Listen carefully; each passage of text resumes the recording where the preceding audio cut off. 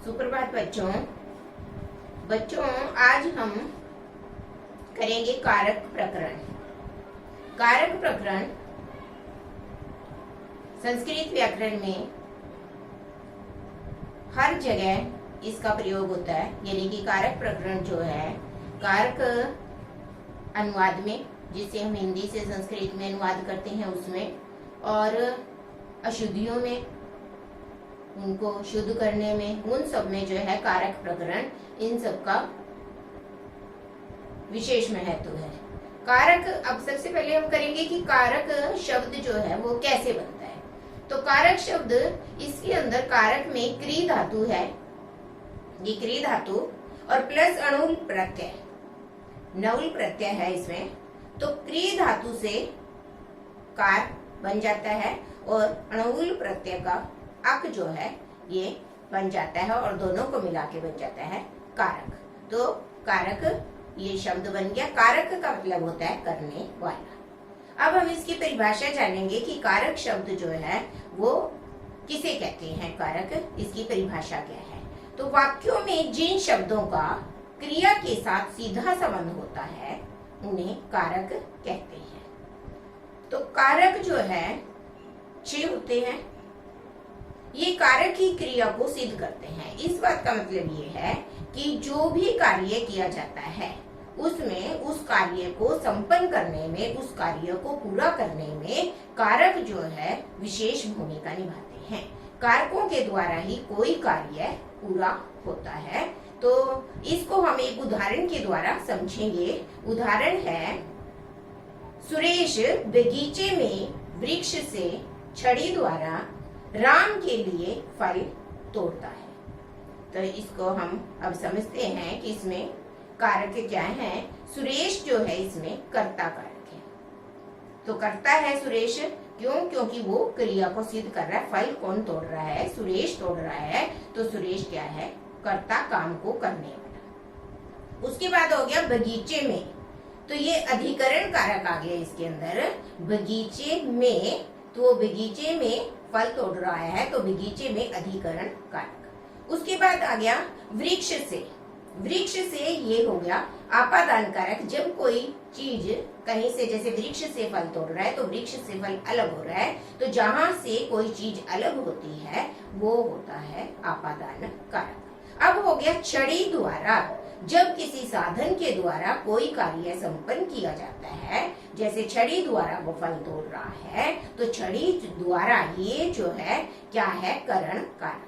जब किसी साधन के द्वारा कोई काम किया जाता है, साधन होता है उस काम को पूरा करने के लिए, तो वो जो है करण कारक होता है। उसके बाद आ गया हमारे पास राम के लिए। तो ये हो गया संप्रदान कारक। वो किसके लिए काम कर रहा है? सुरेश किसके लिए फल तोड़ रहा है? राम के लिए। तो इसमें आ गया संप्रदान कारक। उसके बाद है फल। फल क्या है? कर्म। कर्म क्या होता है? जिसका क्रिया के जो सबसे अभीष्ट, जो सबसे नजदीकी होता है वो होता है कर्म। तो ये फल जो है वो है कर्म। और तोड़ता है, तोड़ना जो है बच्चों वो है क्रिया। तो सुरेश जो है कौन सी क्रिया कर रहा है? सुरेश हमारा करता है, और वो जो है तोड़ता है, फल तोड़ रहा है। तो तोड़ना जो है इसके अंदर हमारी क्रिया है। इस क्रिया को सिद्ध करने के लिए ये जो है, ये सारे जो शब्द हैं ये हमारे कारक हैं। तो संबंध को, एक संबंध है जिसका संबंध को हम कारक में नहीं शामिल करते। तो संबंध जो है क्या है? अगर हम इस वाक्य में यहाँ पर अगर हम कहें कि पवन के बगीचे में, तो ये जो के आ गया पवन के या राम के बगीचे में, तो अगर हम यहाँ पे सुरेश राम के बगीचे में ऐसे कहें, तो ये जो राम के है, का के की, ये जो है संबंध है इसका जो है क्रिया के साथ सीधा संबंध नहीं है इसका। तो इसलिए संबंध को जो है कारक में शामिल नहीं किया जाता। अच्छा, अब हम करेंगे कि विभक्तियों की दृष्टि से इन सातों को हम किस क्रम में लिखते हैं, कारकों को किस क्रम में लिखेंगे। सबसे पहले है हमारी प्रथमा विभक्ति। प्रथमा विभक्ति द्वितीया, तृतीया, चतुर्थी, पंचमी, षष्ठी, सप्तमी, ये 7 विभक्ति होगी। संबोधन भी होता है, लेकिन वो जो है प्रथमा विभक्ति ही होती है, इसलिए संबोधन नीचे मैंने नहीं लिखा। तो कारक है, कारक और उसके चिन्ह जो हमने याद करने हैं वो है, इनकी पहचान है, ये जो चिन्ह जो है वो इनकी पहचान है कि कर्ता की क्या पहचान है। तो कर्ता जो कारक है उसकी पहचान है ने, किसने काम किया, तो जिसने जो काम करने वाला है वो, उसकी क्या पहचान है, ने, कर्ता ने। और कर्म, कर्म को, और इसमें जो है कर्ता में प्रथमा विभक्ति लगती है, ये भी साथ ही हमने लिख दिया कि इसमें प्रथमा विभक्ति लगती है। और कर्म को, कर्म की क्या पहचान है, इसका पहचान चिन्ह क्या है, को, और इसमें द्वितीय विभक्ति लगती है। उसके बाद आ गया करण, करण की जो पहचान है वो है से और के द्वारा, कि जिसके द्वारा काम किया जाता है या जिस चीज या जिस साधन के द्वारा काम किया जाता है तो वो है करण कारक। और इसमें हमारी तृतीय विभक्ति का प्रयोग किया जाता है, तृतीय विभक्ति लगती है। उसके बाद आ गया संप्रदान कारक। तो संप्रदान कारक है के लिए, कि जो करता है वो किसके लिए काम कर रहा है, तो जिसके लिए वो काम कर रहा है उसमें हमारी चतुर्थी विभक्ति लगती है, कि जिसके लिए कर्ता फल तोड़ रहा है या कोई अन्य काम कर रहा है तो उसमें जो है चतुर्थी विभक्ति, जिसके लिए काम किया जाता है उसमें चतुर्थी विभक्ति लगती है। उसके बाद आ गया आपादान कारक। तो आपादान जो है इसका चिन्ह क्या है, से और अलग, मतलब किसी भी चीज से जब कोई चीज अलग होती है, जैसे हम कह सकते हैं कि विद्यालय से बच्चा घर जाता है तो वो विद्यालय से जो अलग हो रहा है तो उसमें हमारा आपादान कारक है, और उसमें कौन सी विभक्ति लगती है, पंचमी विभक्ति लगती है। कोई भी हम इसका उदाहरण ले सकते हैं कि जैसे वृक्ष से पत्ता गिरता है तो वृक्ष से पत्ता अलग हो रहा है तो इसका जो चिन्ह है वो क्या है, से और अलग, किसी चीज से अलग होना जो है वो है आपादान कारक, और इसमें हम पंचमी विभक्ति का प्रयोग करते हैं। उसके बाद आ गया हमारा संबंध। अब संबंध जो है वो कारक नहीं है, पहले भी बता दिया है कि संबंध जो है वो कारक नहीं है, लेकिन इसका चिन्ह है का के की। जहाँ पे का के की होता है उसका जो है क्रिया के साथ सीधा संबंध नहीं होता, इसलिए जो है इसको संबंध जो है उसको कारक में नहीं गिना जाता। वैसे इसमें षष्ठी विभक्ति का प्रयोग किया जाता है। उसके बाद है अधिकरण कारक। अधिकरण जो, अधिकरण क्या होता है, आधार। अधिकरण का अर्थ होता है आधार, और इसका जो चिन्ह है वो है में और पर। तो में और पर जहाँ पर होता है वो वहां पर अधिकरण कारक होता है, और इसमें हमारी सप्तमी विभक्ति का प्रयोग किया जाता है।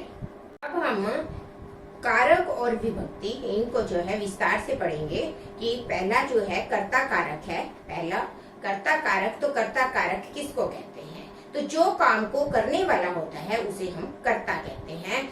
जो क्रिया को संपन्न करता है, जिसके द्वारा काम किया जाता है वो होता है कर्ता, उसे हम कर्ता कहते हैं। और कर्ता में हमेशा प्रथमा विभक्ति का प्रयोग होता है। जैसे हमारे सामने उदाहरण है रामे गच्छति।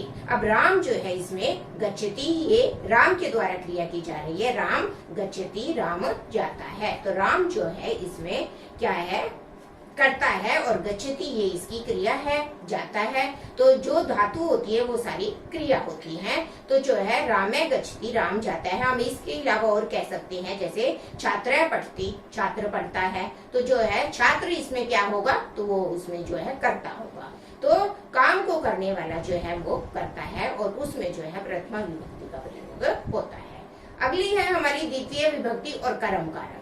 तो कर्म कारक क्या है, क्रिया के संपादन में जो कर्ता का अभिष्टतम होता है उसे कर्म कारक कहते हैं। अब क्रिया के संपादन में इसका अर्थ ये है कि जो कार्य को पूरा करने में जो कर्ता कार्य कर रहा है या करता है, उस कार्य को पूरा करने में या उस कार्य को संपन्न करने में जो उसकी सबसे अधिक, जो उसका नजदीकी होता है, जो अभी उसके कार्य का सबसे अधिक अभिष्टतम होता है, वो जो है कर्ता का कर्म कारक, उसको हम कर्म कारक कहते हैं, वो कर्म होता है। जैसे अब हमारे सामने उदाहरण है रामे वनम गच्छति। अब राम है इसमें कर्ता आ गया, गच्छति क्रिया आ गई, और वनम जो है इसमें वनम क्या है, वो है कर्म, क्योंकि ये जो है राम वन जाता है। तो वन जो है वो उसका सबसे अधिक नजदीकी है, वो उसका सबसे अधिक अभिष्टतम है, तो उसको जो है वनम जो है ये कर्म है, और इस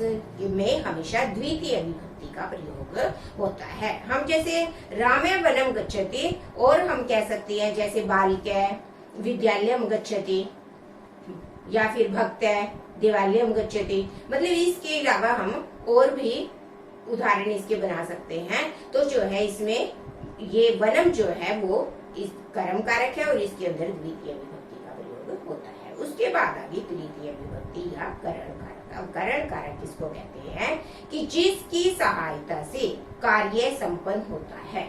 मतलब कोई भी जो कर्ता कार्य करता है वो जिसकी सहायता से उस कार्य को पूरा करने में वो जिस चीज की सहायता लेता है, जिस साधन का प्रयोग करता है, उसे हम करण कारक कहते हैं, उस साधन को। और उसमें हमेशा तृतीय विभक्ति का प्रयोग होता है। जैसे रामे कलमेन लिखति। अब जो है रामे इसमें कर्ता आ गया, कलमेन कलम से, वो कलम से लिखता है, तो कलम इसमें जो है साधन है, वो कलम से, और इसका चिन्ह भी जो है करण से होता है। तो कलमेन कलम से लिखती लिखता है, लिखती जो है ये क्रिया है। तो राम कलमेन लिखती। अब कलमेन में जो है, कलमेन क्या है, करण कारक है, और इसमें कौन सी विभक्ति का, इसमें तृतीय विभक्ति का प्रयोग होता है। जैसे बालिका हस्तेन लिखती, तो उसमें हस्तेन क्या हो गया, वो जो है करण कारक हो गया और उसमें तृतीय विभक्ति का प्रयोग हो गया। उसके बाद आगे चतुर्थी विभक्ति या फिर हम कहेंगे संप्रदान कारक।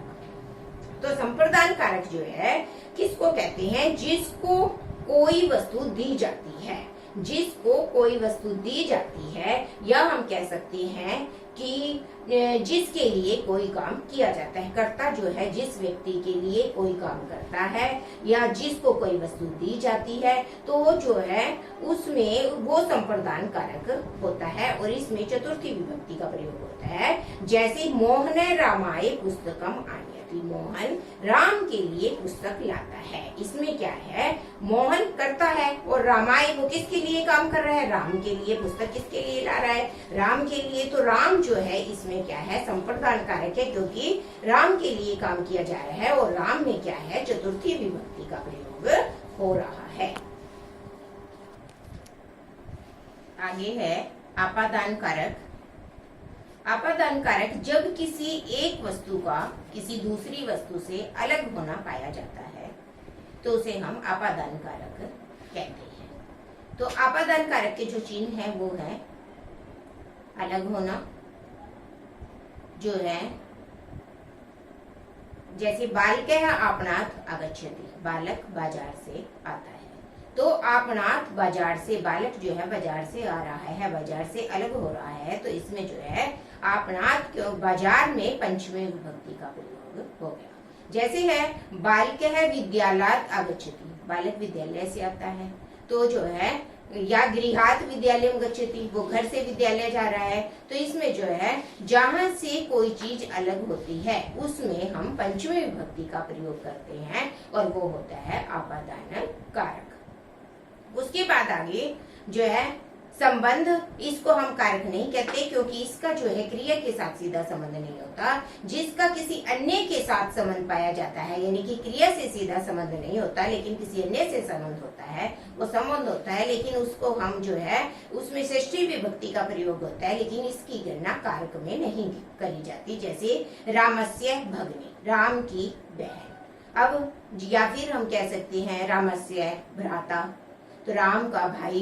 तो इसमें जो है राम, राम में जो है षष्ठी विभक्ति का प्रयोग आ गया, लेकिन जो है इसका क्रिया के साथ सीधा संबंध नहीं होने के कारण ये कारक नहीं है। उसके बाद है हमारा सब अधिकरण कारक, जो आखिरी कारक है, लास्ट है ये। इसमें सप्तमी विभक्ति का प्रयोग होता है। किसी वस्तु के आधार को अधिकरण कहते हैं। तो जो है इसके जो चिन्ह है वो क्या है, में और पर। अधिकरण कारक के चिन्ह में और पर हैं। और हमारे सामने इसका उदाहरण जो है ये है आकाशे मेघा गर्जन्ति। जैसे जो है आकाश में बादल गरजते हैं, तो आकाशे वो है अधिकरण और इसमें जो है क्या है, सप्तमी विभक्ति का प्रयोग होता है। आकाशे मेघा गर्जन्ति, मेघा जो है बादल है और ये गर्जन्ति इसमें क्रिया है। तो मेघा बादल जो है उनका आधार क्या है, आकाश। आकाश में गरज रहे हैं बादल, तो उनका आधार जो है आकाश है, इसलिए जो है आकाश है, आकाश अधिकरण कारक है और इसमें जो है हमारी सप्तमी विभक्ति का प्रयोग होता है। तो बच्चों, आपने आज कारक पढ़े और आपको समझ आ भी गए होंगे। तो आप इनको एक बार अपनी अभ्यास पुस्तिका पे करके देखें, तभी जो है आप इनको अच्छी प्रकार से समझ पाओगे। तो धन्यवाद।